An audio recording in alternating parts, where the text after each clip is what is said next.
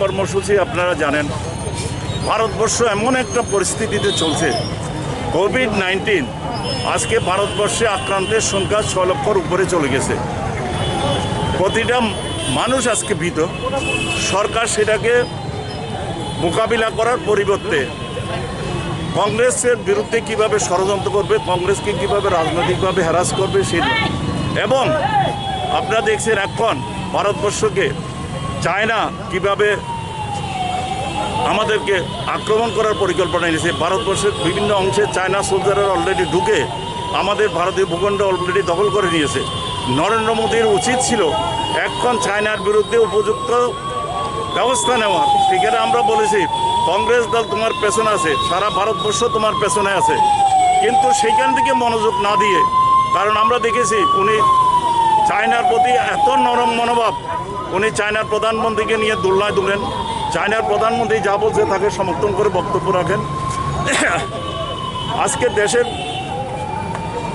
সার্বভৌমত্ব এবং ইন্টিগ্রিটি যেখানে হুমকির মুখে, সেটার প্রতি কোনো গুরুত্ব না দিয়ে আজকে গান্ধী ফ্যামিলির বিরুদ্ধে উনি যুদ্ধ ঘোষণা করেছেন। ওনার ভয় যে গান্ধী ফ্যামিলিকে যদি আমি নিঃশেষ না করতে পারি তাহলে সামনের দিনে বিজেপির কোনো চিহ্ন থাকবে না এই দেশে। সেই জন্য প্রথম ধাপে উনি এসপিজি সিকিউরিটি উড্ড করেছেন গান্ধী ফ্যামিলির থেকে। এইটা করে মনে করেছিলেন গান্ধী ফ্যামিলি ভয় আর বেরোবে না, কারণ উনি ভালো করেই জানেন গান্ধী ফ্যামিলির যে কোনো সদস্য যে কোনো সময় খুন হতে পারে। উনি সেটা জেনেই এগুলি উড্ড করেছেন এবং মনে করেছিলেন গান্ধী ফ্যামিলি ভয়ে ঘর থেকে বেরোবে না। কিন্তু গান্ধী ফ্যামিলি অতীতে দুজন শহীদ হয়েছেন ভারতবর্ষের সার্বভৌমত্ব রক্ষা করতে। ইন্দিরা গান্ধী আপনারা জানেন, খালিস্তান যখন খালিস্তান নামক একটি উগ্রপন্থী সংস্থা যখন পাঞ্জাবকে ভারতবর্ষ থেকে আলাদা করে নিচ্ছিল, ইন্দিরা গান্ধী সেটাকে কীভাবে শক্তভাবে মোকাবিলা করেছেন এবং মোকাবিলা করার ফলে ইন্দিরা গান্ধীকে প্রাণ দিতে হয়েছিল, খুন করা হয়েছিল। ঠিক তেমনিভাবে রাজীব গান্ধী ভারতবর্ষের সার্বভৌমত্ব যখন বিপন্ন, তখন শ্রীলঙ্কার সরকারকে এলটিডি তখন বারবারন্ত ভারতবর্ষে, তখন শ্রীলঙ্কা সরকারকে সৈন্যবাহিনীর সাহায্য দিয়ে এলটিডিকে দমন করার জন্য সৈন্য পাঠিয়েছিলেন এবং এলটিডি সেখানে ধূলিসাৎ করে দিয়েছিলেন।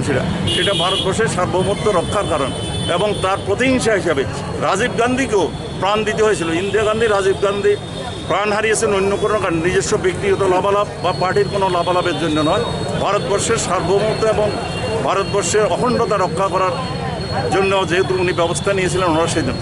এখন আবার সেই গান্ধী পরিবার সেই কমিটমেন্ট এখনও আছে। আজকে নরেন্দ্র মোদী দেখছেন ভারতবর্ষে গান্ধী পরিবারের অবদান এবং তাদের ত্যাগ মানুষ এখনও ভুলে না, তাদের পেছনে মানুষ দিন দিন সংগঠিত হচ্ছে।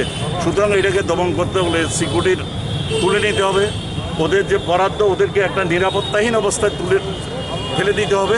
কিন্তু আমরা দেখেছি কালকে বিভিন্ন রিয়েকশন থেকে গান্ধী ফ্যামিলি ঘরে বসার মতন নয়, এবং তারা নরেন্দ্র মোদীর অপকর্মের বিরুদ্ধে সংগ্রাম করবে এবং নরেন্দ্র মোদীর নেতৃত্বে যে সরকার, সেই সরকারের পতন ঘটবে এবং আমরা কংগ্রেস দল যে কোনো ত্যাগ স্বীকার করতে রাজি আছি এবং আমাদের সমর্থন থাকবেই গান্ধী পরিবার। হ্যাঁ, অমিত শাহ এবং নরেন্দ্র মোদী এই দুইজন তো আপনারা জানেন একসময় খুনের অভিযুক্ত। আজকে ওনারাই আজকে ভারতবর্ষের প্রধানমন্ত্রী। ভারতবর্ষে কী দুর্দিন, ওদের ল্যাঙ্গুয়েজ ভাষা দেখবেন, বডি ল্যাঙ্গুয়েজ, এটা ভারতবর্ষের দুর্ভাগ্য। এখন আপনার ডিমান্ড কী থাকবে? আমাদের ডিমান্ড কি, আমরা জানি নরেন্দ্র মোদীকে তুলে নিচ্ছেন, কারণ এই গান্ধী ফ্যামিলি যে কোনো সময় খুন হতে পারে বিদেশি শক্তি, কারণ এরাই একমাত্র ভারতবর্ষে শক্তিশালী, ভারতবর্ষকে ঐক্যবদ্ধ করার কাজ করে। নরেন্দ্র মোদীরা সম্প্রদায় জাতপাতের রাজনীতি করেন, ভারতবর্ষকে কত বিক্ষত করে ফেলেছেন, জানে এটাকে রক্ষা করতে পারে একমাত্র। এবং গান্ধী পরিবারের প্রতি মানুষের যে দুর্বলতা সেটা বুঝতে পেরে গান্ধী পরিবারকে যদি ঘরে ঢুকিয়ে দেওয়া যায় ভয় দেখিয়ে, এসব সিকিউরিটি দিয়ে যে কোনো মৃত্যু ভয় ঢুকে, কিন্তু আমরা দেখেছি ওনারা ঘরে ঢুকার পাত্র না। এবং এই যে কালকে আবার আরেকটা এটা ঘৃণার ভয়ে করছে যে প্রিয়াঙ্কা গান্ধী যে বাড়িটা বরাদ্দ করেছিল, নিরাপত্তার কারণে সে বাড়িটা বরাদ্দ করেছিল, সেই বাড়িটা থেকে উচ্ছেদের নোটিশ দিয়েছে, যাতে প্রিয়াঙ্কা গান্ধীও নিরাপত্তার অভাব বোধ করে ঘরতে না। কিন্তু প্রিয়াঙ্কা গান্ধী কালকে ঘোষণা করে দিয়েছেন উত্তরপ্রদেশের ক্ষমতা হারানোর ভয়ে আমাকে এসব করছো, কিন্তু আমি যাচ্ছি, আমার বাড়ি এখন হবে উত্তরপ্রদেশ আমেথিতে, আমার ঠাকুরমার বাড়ি হবে আমার বাসস্থান, কাল কিন্তু ঘোষণা করে দিয়েছে। এটা আরও বিপদ ডেকে এনেছেন নরেন্দ্র।